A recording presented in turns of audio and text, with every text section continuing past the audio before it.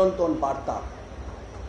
শ্রীকৃষ্ণ তার জীবন ও কর্মে আমাদের দেখিয়েছেন কিভাবে অন্যায়ের বিরুদ্ধে দাঁড়াতে হয় এবং দুর্বলকে রক্ষা করতে হয়, আর সমাজে শান্তি ও সুশাসন প্রতিষ্ঠা করতে হয়।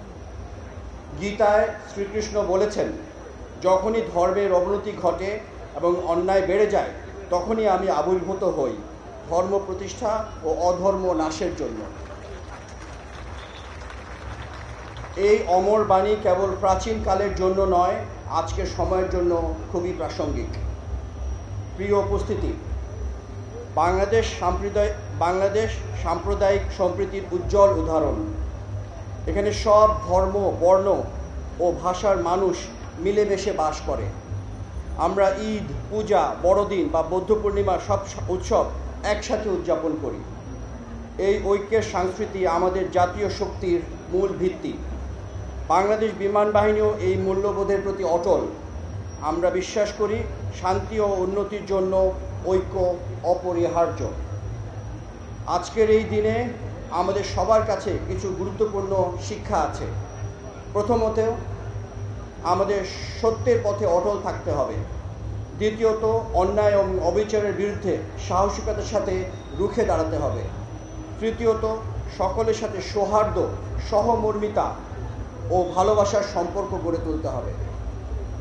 আমরা যদি শ্রীকৃষ্ণের এই জীবন আদর্শকে নিজেদের জীবন ধারণা করতে পারি, তবে শুধু ব্যক্তিগত জীবন নয়, আমাদের সমাজ ও রাষ্ট্র হবে আরও সুন্দর, শান্তিপূর্ণ ও সমৃদ্ধ। উপস্থিত সুধীমণ্ডলী, বাংলাদেশ বিমান বাহিনী দেশের আকাশসীমা রক্ষার পাশাপাশি সবসময় মানবিক দায়িত্ব পালনে অগ্রণী ভূমিকা পালন করে আসছে। প্রাকৃতিক দুর্যোগে ত্রাণ সহায়তা থেকে শুরু করে আন্তর্জাতিক শান্তি রক্ষা মিশনে অংশগ্রহণ আমাদের প্রতিটি কর্মকাণ্ডে রয়েছে মানবতার সেবা ও শান্তির বার্তা। এই মানবিক চেতনা শ্রীকৃষ্ণের শিক্ষার সাথেও গভীরভাবে মিলে যায়। আসুন আমরা আজ প্রতিজ্ঞা করি, আমরা অন্যায়ের বিরুদ্ধে আপোস করব না, দুর্বল ও অসহায়ের পাশে থাকব, আর পারস্পরিক ভালোবাসা ও সহনশীলতার মাধ্যমে আমাদের দেশকে আরও শক্তিশালী করে তুলব।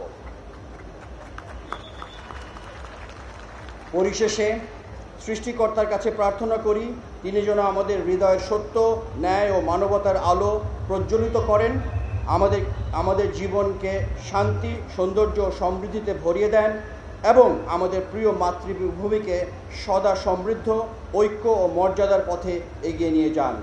সবাই ভালো থাকুন, সুস্থ থাকুন। মহান সৃষ্টিকর্তা আমাদের সহায় হন এবং পথপ্রদর্শক হন।